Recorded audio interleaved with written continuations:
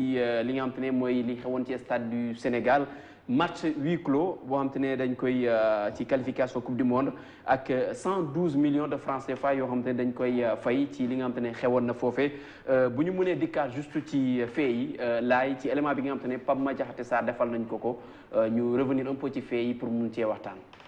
commission de discipline bu FIFA loxoom diis loolu ci kaw Sénégal ginnaaw plainte bi nga xam ne Égypte daal na koy déposé ci kanamam ginnaaw jongante bi nga xam ne ñaari réew yi amaloon nañ ko ci barrage retour mondial Qatar 2022 bi commission googule daal di daan ci ndoddu réewum Sénégal ab alamaan bu toll ci téeméer ak fukk ak ñaari millions ci sunuy koppar ak ab match boo xam ne huis clos la ngir match éliminatoire mondial bi nga xam ne Sénégal dina ko footballaat muy match boo xam ne benn supporter du ko teewee FIFA li muy reproché réewum Sénégal mooy ay gàkk-gàkk ci wàllum kaaraange ak maintien de l'ordre ci stade Abdoulaye Wade ba ca Diamniadio bésub match boobu lay bokk na ca ñu ne ay bouteilles yi nga xam ne sànni nañ ko joueurs égyptiens yi ci terrain bi laser yi nga xam ne supporters yi jëfandikoo nañu ko jëmale ko ci yooyee joueurs égyptiens ba tey fumigène yi nga xam ne taal nañ ko ci tribune yi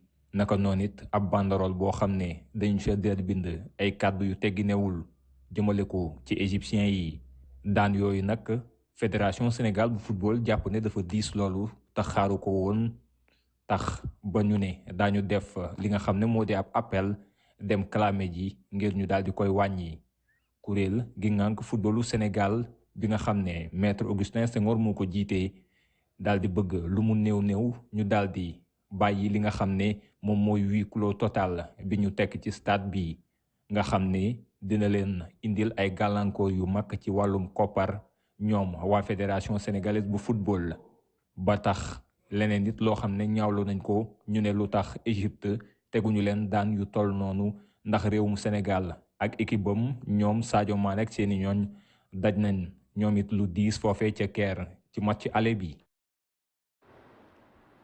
Papa Madiakhaté Sarr professeur d'abord dañuy démarrer ak yow les sanctions un match à huis clos 112 millions fay ak sanctions yi est-ce que amul benn écart est-ce que sévère c'est pas trop sévère. balaa ñuy wax ci loolu. muy dellu ci acte bu FIFA jël.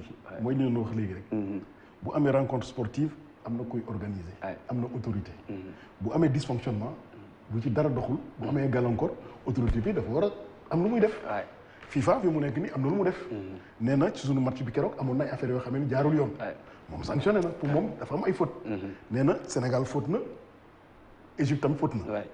mais li ñu seetlu et c'est là dinaa tontu sa tontu bi. li ñu seetlu mooy bi muy dal ñun la dal bu métti. te ñun dañu fayu.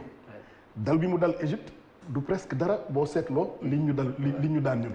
daan bi ñu daan moom mooy laaj nañ ñu xaalis mooy alamaan la boo weesoo alamaan boobu ñu ne la léegi sa stade bu bees bi ngay tiitaroo ci dëkk bi léegi doo tax ci football te stade boobu dañ ci tiitaroo ba nga xam ne bi ñu ci footballee keroog dégg naa xaw ma ndax dëgg la am déet mais indil lañu lu doon 600 millions ñu daan la 112 millions mun naa wax ne bu ñu daanee lépp bu ñu xoolee lépp daan nañu lu tolloog 700 millions presque mu mat 1 milliard léegi xam nga loolu day ëpp parce que boo jógee 600 millions nga defaraat beneen match mun naa nga amaat ci tuuti encore mën a yokk donc li ñu daan nii 1 milliard la presque man noonu laa ko mën a jàngatee moo tax ma ne ci ñi ma laaj ñëpp dama leen ne affaire daal am na disproportion c'est-à-dire dafa mel ni FIFA tëddeewul yaaxaanaay daal moom xoolul ki fayu moom dafa xoolul ki tooñ ki fayu la.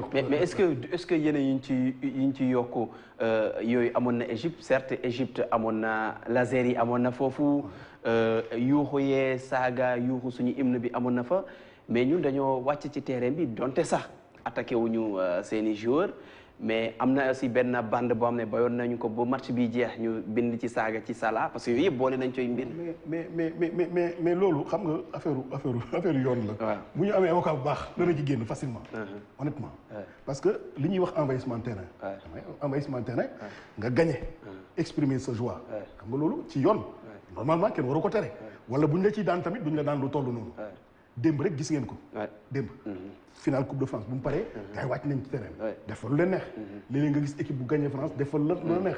dañu naan bon dañuy tere benn partie tribune bi. ñii dootuñu ñëwati wala dañu koy tëj. fa la yem mais du daan bu toll nii. ñun nag xaw ma lu tax ñu décidé ni que dañ ñu war a daan bu toll nii. daan nekk dañu envahir terrain. envahissement terrain man góobu ko. góobu ko kontaan nañu. exprimer nañu suñu joie. am nañu wàcc ci terrain bi. te terrain configuration stade bi tamit mun na tax ba. am na loo xam ne bu ñu ko woon tere parce que lu bees la xëy na peut-être dinañu fexe ba prochaine fois bu ñu organiser loolu dootu fi amati mais pour man daal tere nit mu wàcc terrain pour man bokkul ci stade bokkul ci spectacle sportif boo gañee da nga koy wone da ngay kontaan xëy na peut-être nag mun nañu nekk sécurité joueurs yi parce que bu ñëpp wàccee mun na doon problème ci sécurité joueurs yi loolu dëgg la mais vraiment wàcc rek loolu góoma ni dina tax ñu daan la mais surtout wàcc boobu noonu kenn attaqué wul benn joueur Égypte mais il fallait s'attendre à ces sanctions. waaw man pour man sanction yi dafa am quelque part loo xam ne en fait xamoon nañ ne sanction dina am à la kuliyaali parce que ku demoon stade également je pense que tous les dirigeants s'attendaient quelque part à ce que FIFA dina sanction. Augustin d'ailleurs wax na ko. non loolu c'est évident parce qu'il y a am na yoo xam ne xew na ci match bi te amul woon place am ci stade bi. maintenant sanction bi peut-être que c'est disproportionné que ëpp na. maintenant même ëpp boobu comme c'est une première sanction et qu'il y a également la possibilité de. def recours jot ñi nga xam ne mooy commission de recours bu FIFA. am naa njort ni avec de bons arguments surtout que le Sénégal a en tout cas si côté boobu on a d'excellents spécialistes en droit du sport. D'excellents avocats. Je pense que am nañ ay arguments pour mën a wàññi sanction bi parce que dindi sanction moom pour man xel xalaatu ko parce que la sanction en tant que telle elle est justifiée.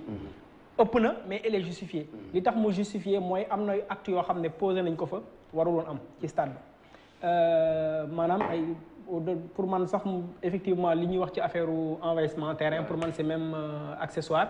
mais les principaux problèmes yoo xam ne war nañ ko déplorer et il faut que ñu reconnaître ko pour man c'est à 2 voire 3 niveaux.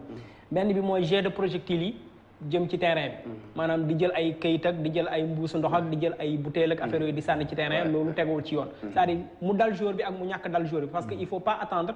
que mu gaañ joueur pour door wax ne kii na parce que boo sànnee ci joueur mu dal ci wet bi sax wala li nga ko sànni diisul ak affaire yooyu ne serait-ce que l'acte bi ngay posé yëkkati dara sànni te loolu aussi il faut pas que ñu bañ ko on a vu am na sax ci image yu RTS yoo xam ne gis nañ mbuus ndox boo xam ne mi ngi dal góol même bu fekkee moom dans sa réaction naturellement il est dans un milieu hostile et cetera il surjoue mais excuse de la provocation boobu noonu daf koy am te loolu amul place ci terrain gis nañ banderole boo xam ne dañuy saaga benn joueur qui fait partie des ambassadeurs du continent au-delà de tout pour man amul place ci terrain amul lu ko mën a justifier c'est-à-dire même les gens qui disent oui saaga nañ Sadio Mané Égypte ak affaire yooyu pour man loolu c'est pas une excuse maa ngi woon Égypte au Caire saaga nañ Sadio Mané kenn mënu ko rafetlu mais ba tey sax am na différence ci acte bi parce que xam nga un acte isolé wala benn groupuscule de personnes yu taxaw di saaga te peut-être que ñun ñu nekkoon stade li tax ñu gis saaga yooyu c'est parce que y a la magie des réseaux sociaux après coup ngay gis image yi vidéo parce que les gens ont eu la bêtise de filmer affaire yooyu nit ñi gis ko maintenant c'est vrai que provocation la mais ça ne justifie pas la réaction bi am parce que pour man la grosse erreur bi am avec cette histoire de banderole mooy on a laissé faire pendant 90 minutes c'est-à-dire bu dee benn nit bu saaga sax mën wala ay nit yuy saaga mais c'est une banderole boo xam ne dañ ko déployer ñëpp di ko gis muy jàll à la télé c'est-à-dire y a des responsables yoo xam ne ñu ngi ci stade bi bu ñu gisee lii war nañ xam ne lii amul place ci stade war nañ xam ne lii boo ko bàyyee ci terrain bi tout ce temps là mais naturellement on va dire que tu as laissé faire en fait parce que man j'aurais préféré bu banderole bi jógee parce que nit ki ko def dafa inconscient wala dafa jàpp ne dafa war a fayul Sadio Mané mais qu'il y ait des responsables yu xool lii ne lii amul place ñu ne ko wàccal sa banderole wala ñu nangu banderole teg ko ci suuf bu boobaa au moins ce serait un argument de plus boo demee di truc mais ça également il faut que ñu reconnaître ko parce que il faut qu'on apprenne également à éduquer notre public tout à fait